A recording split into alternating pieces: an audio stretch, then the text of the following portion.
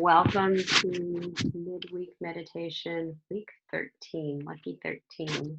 I'm Wendie Bernstein Lash, and I want to honor the land that I'm on, the Lamshan tribelet of the Ramaytush people of the Ohlone Costanoan dialect.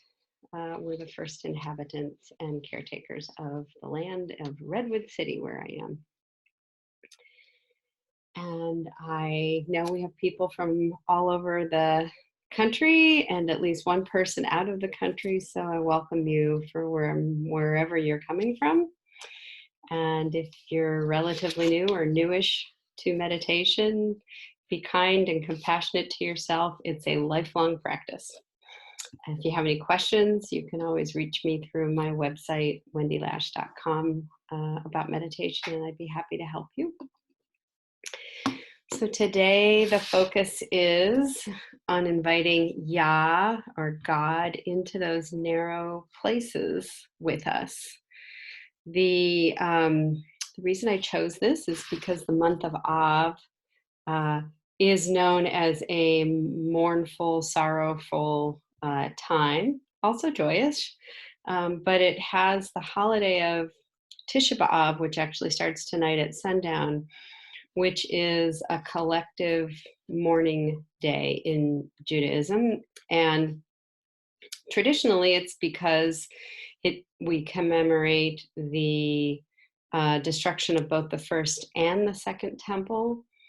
They didn't probably actually happen on Tisha B'Av, but we make our own history, right? We pretty close, and some other things that happened, some plagues, and so it became this day of communal mourning, starting in the evening.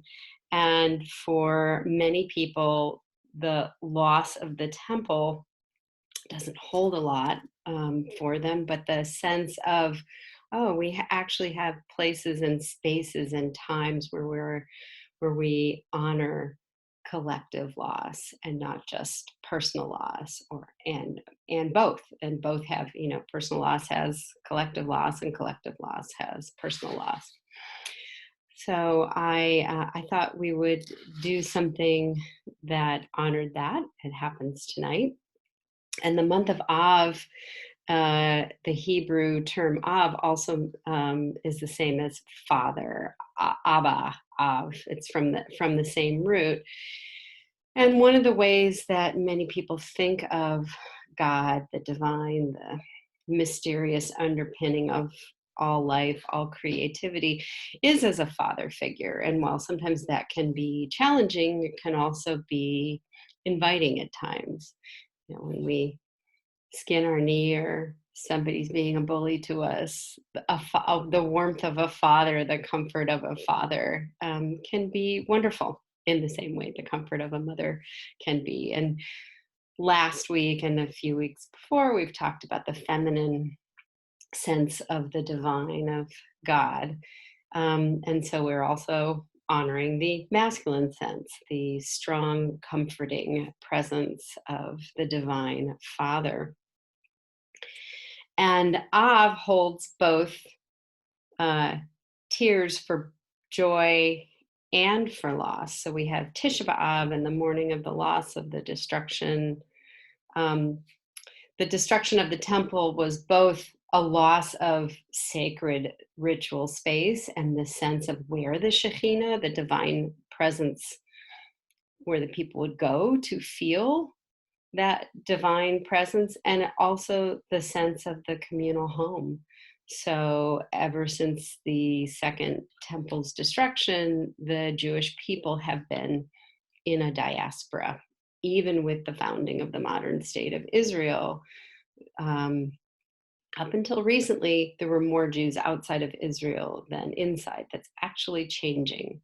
But there's still a tremendous amount of us that live. I don't think there's anybody on this call. I don't know who's watching us through the live stream, but we are all part of the diaspora, where we don't have this ancestral homeland like the Lamshan tribelet and the Ramaytush people and the coastal Ohlonies, we weren't raised in this land. We came to whatever land we are. And for many of us, we've had a long journey, and our families have had journeys, and they have not always been easy. So that loss of that communal tribal center for Jews is part of the loss of the temple. But Av also has the other side, which is Tu B'Av, which is in temple times was actually a time when unmarried women were found partners. And in modern Israel, it's akin to the United States Valentine's Day. So it's a holiday where love is celebrated and loving partnerships, and some people get married on Tu B'Av. So we have both. We have a month of tears, a month of both sadness in tears and joy in tears, and the recognition that life, as we live it, has both.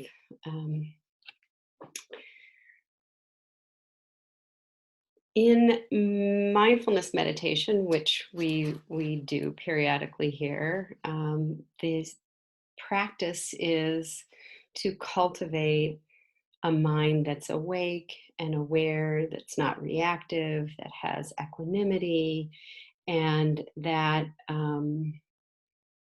over time is able to not be reactive, but to recognize that things come and go, that the challenges in our life will also recede, and the joys that we're feeling, that they will also recede. And that is part of the whole circle and cycle of being alive. Jewish meditation, you can look at it in two streams. There's the stream of meditation that came from potentially earlier, but certainly we know about during in the Kabbalists, when the Kabbalists were doing their practices. The sense was to try to feel God's presence.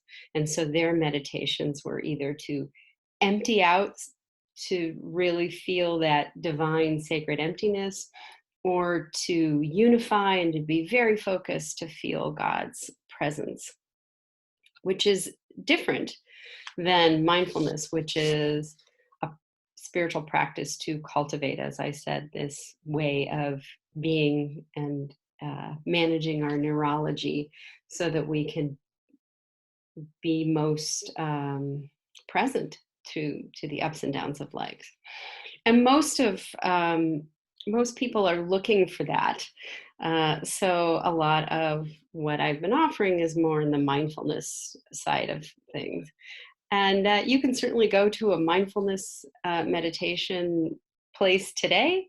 Metta, that I've done a few of the loving kindness, that's also a kind of mindfulness, or chesed, compassion, if you want to put a Jewish or a secular twist on it. But today I thought we would do something that's a little bit closer to not really a Kabbalistic meditation, but something which is not really about mindfulness, but which is really about drawing closer and feeling the presence of the divine, the holy, that holy Av, that Abba, that sense of God. And so I'm going to have a candle for our meditation if you want to focus on and to use that, or as you go into closing your eyes, the sense of feeling illuminated by that candle, even if you keep your eyes closed. So candle meditations were done by Jews in the past, and people of other spiritual traditions as well.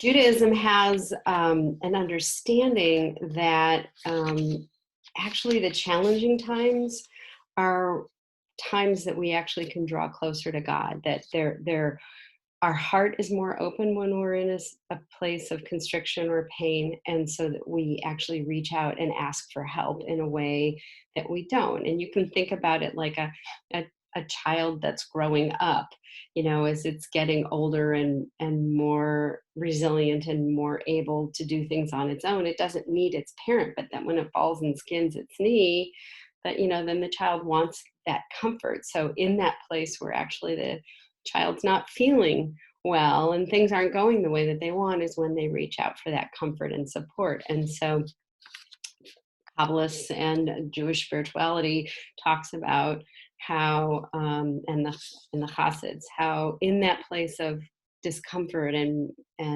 constriction, that's actually the time that we reach out to the sacred, to the divine, to the mystery that we call God. Rabbi Nachman, who was the I didn't get much sleep last night, and it's showing up right now. early Hasidic master, Rebbe Nachman said that within every obstacle that prevents you from coming close to all that is holy and good is exactly where God waits for you. And if you're a fan of Leonard Cohen, the singer, the Canadian singer who has a lot of songs that spoke to people, whether they were Jewish or not, he talked about, it came from this teaching. He was a rebbe, a rabbi of his own sorts, that the crack, wherever the cracks are, that's where the light gets in, if you know Leonard Cohen's music. And so we're going to use our cracks today to let the light in and invite those cracks to be light-filled and to recognize that the sacredness and God's presence with us, whatever that word God means to you, in the places of constriction. The chant that I'm going to offer today is one that I learned, and this is where, when I don't have sleep, I can't think of names. So Jeff, whose last name I can't remember, who's one of the founders of the Jewish Studio Project, Kazowitz. Thank you, Jeff Kazowitz. And it's based on Psalm 118, a line from Psalm 118, which is Min HaMeitzar Karati Ya, Anani Va Merchav Ya. So this is some people associate this with Passover, also that sense of constriction that we felt in needing to be in, when we were enslaved, of needing to have freedom. Because HaMeitzar, constriction, is Mitzrayim is the name for Egypt in Hebrew. And so that's where we get the spiritual understanding of the Torah study of going through the narrowness and coming out to freedom. It's not just a country, a land called Egypt.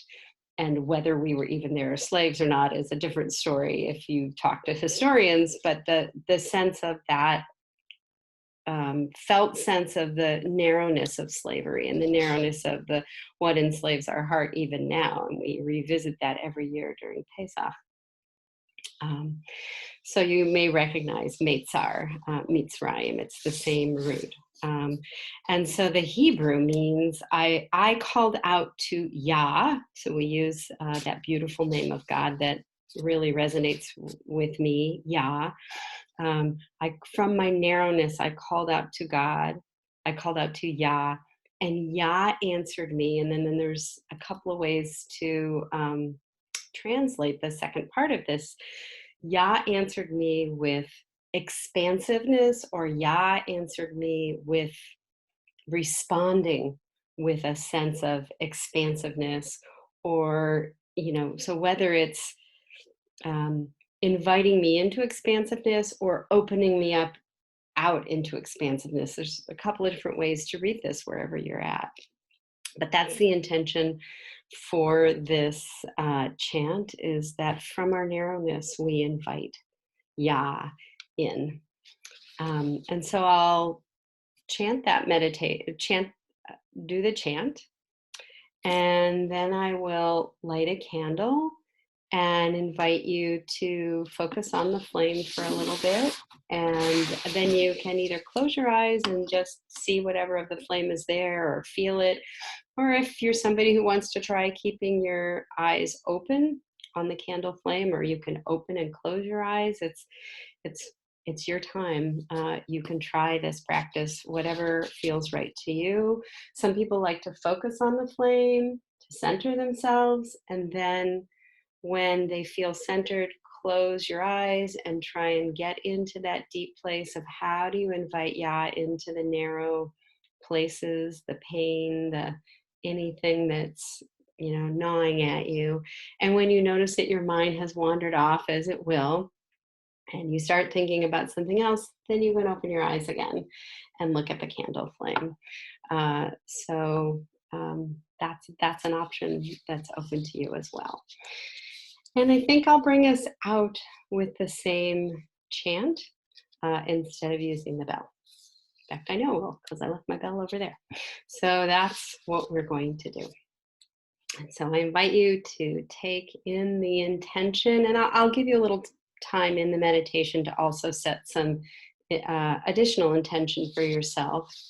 But to just take in the intention that we are actually not pushing away the challenges and the narrow places and the sadness, but we're honoring them and inviting them in. And into those places, we're inviting in that source of healing and love and compassion that's greater than any of us individually, that is part of that deep well of love and compassion and healing that is available to us.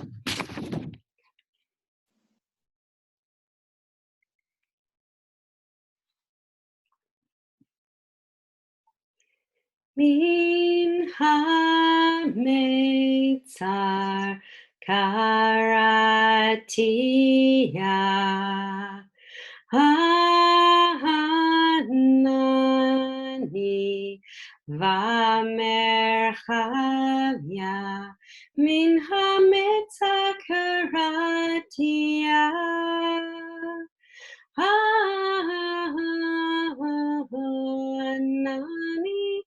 Vamerchavya Min HaMeitzar Karati Anani Vamerchavya Min HaMeitzar Karati Anani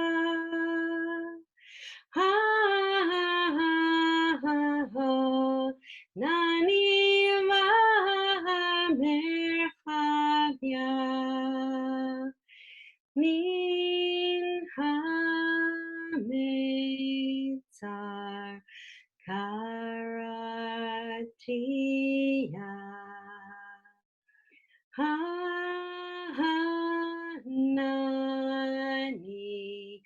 Vamerchavya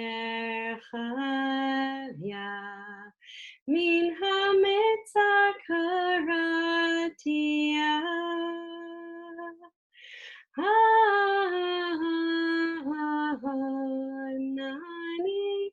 Vamerchavya.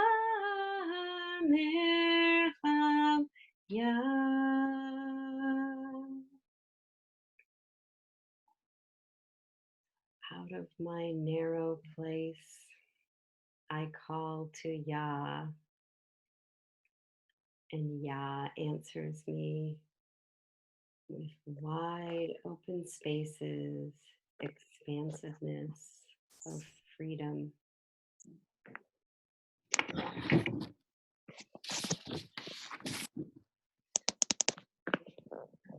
One There's somebody who's not muted, so let me do that. All right. Light the candle.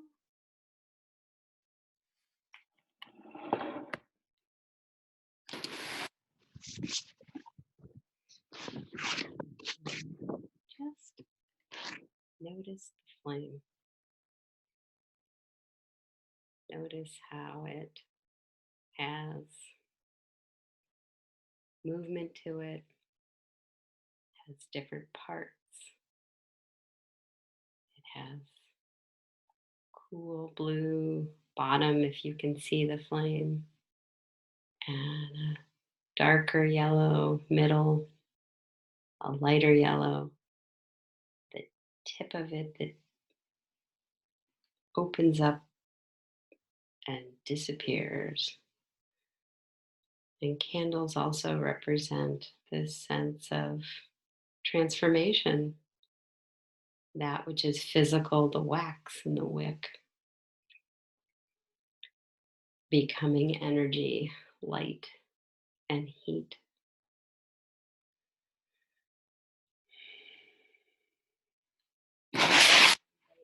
To make sure that you're comfortable with your sits bones firmly rooted in your seat. If you're sitting in a chair, you might feel the back of the chair also pushing up against your back, holding you. And either as you focus on the flame, you can always open your eyes later, or closing your eyes, letting the mind settle, inviting the noticing of the breath, breathing in air, receiving life, breathing out, giving over, that continual cycle of life that we are part of, and our gratitude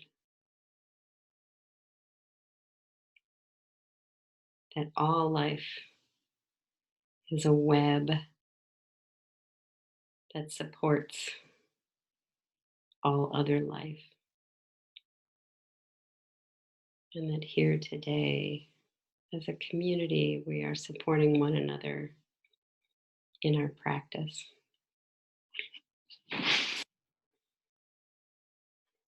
So as you take your next breath in, whether the eyes are open or closed, intending to come into the body a little bit more, to settle the mind, imagine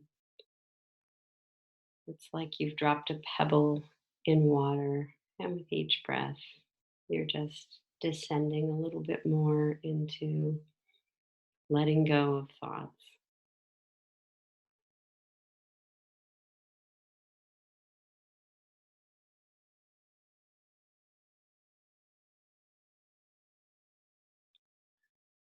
And you may have already become aware of some place that feels like there's a constriction in your life or a sadness, something painful, something that you wish were other than the way that it is, a relationship, something physical, something emotionally that you can't let it go, that it's constantly there rubbing up against your sense of wholeness and well-being. And so see if there's an intention for you around that. Can you let it soften?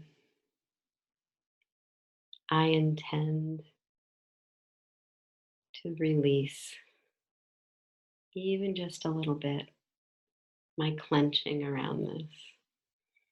Or I intend to let the light and love of Yah be with me in this challenge. Whatever feels natural for you.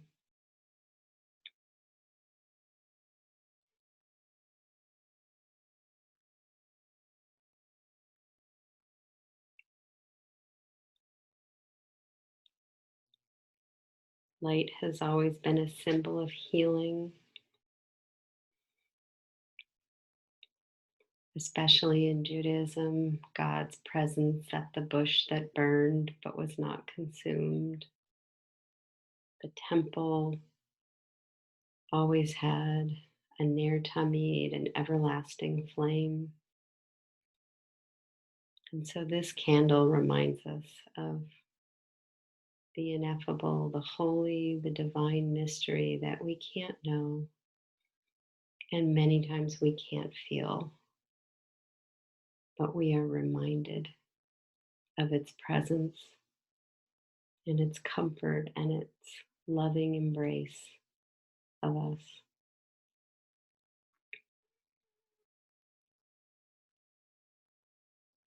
So you can either with your eyes open or closed or in any way that you feel comfortable,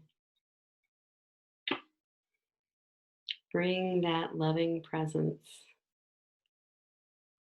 Feel Yah, feel Shekhinah, invite that sense of the mystery of that boundless love into any place that is constricted, painful, challenging to let go of.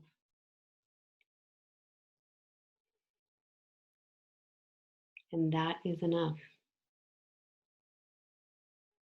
just to open up the pain and your heart to Yah's presence.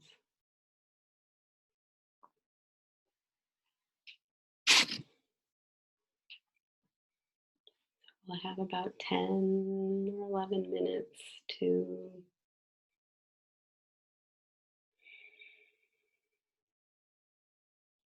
sit with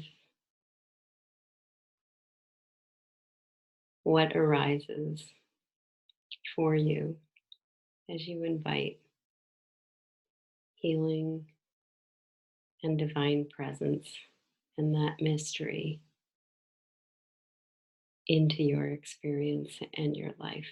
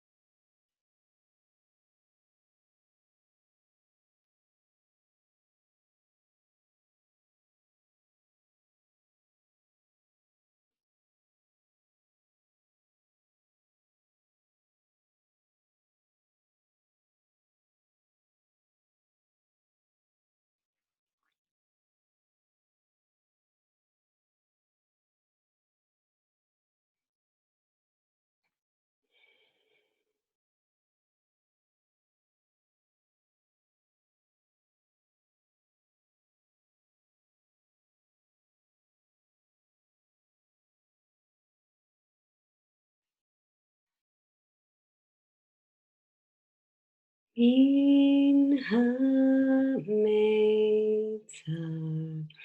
Karati Anani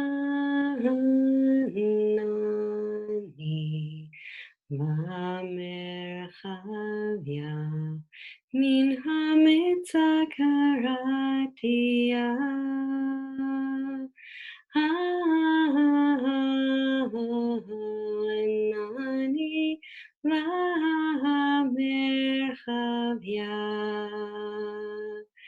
Min HaMeitzar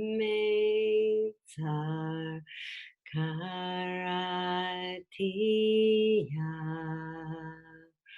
Anani Vamerchavya Min HaMeitzar Karati Anani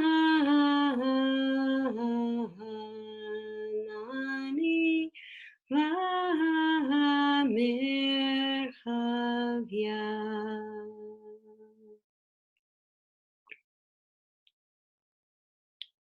Take a nice big breath in, filling up the lungs deep into the belly, and exhaling and letting it go. Moving the body, the hands and the fingers, the shoulders, the feet. If your eyes are closed, you can gently open them. And I wanted to leave you, as we leave those that are watching the live stream or will be watching the recording, with a beautiful teaching from Rabbi Harold Kushner. And he says in his writing, "We don't have to beg or bribe God to give us strength or hope or patience. We only need to turn to the One, admit that we can't do this on our own, and understand that bravely bearing up under illness is one of the most human and one of the most godly things we can ever do. One of the things that constantly reassures me that God is real and not just an idea that religious leaders made up is the fact that people who pray for strength, hope, and courage so often find resources of strength, hope, and courage that they did not have before they prayed." I believe that meditation is prayer. So I thank you for your presence and your practice. The divine in me salutes and sees the divine in all of you. And so, B'Tselem Yah.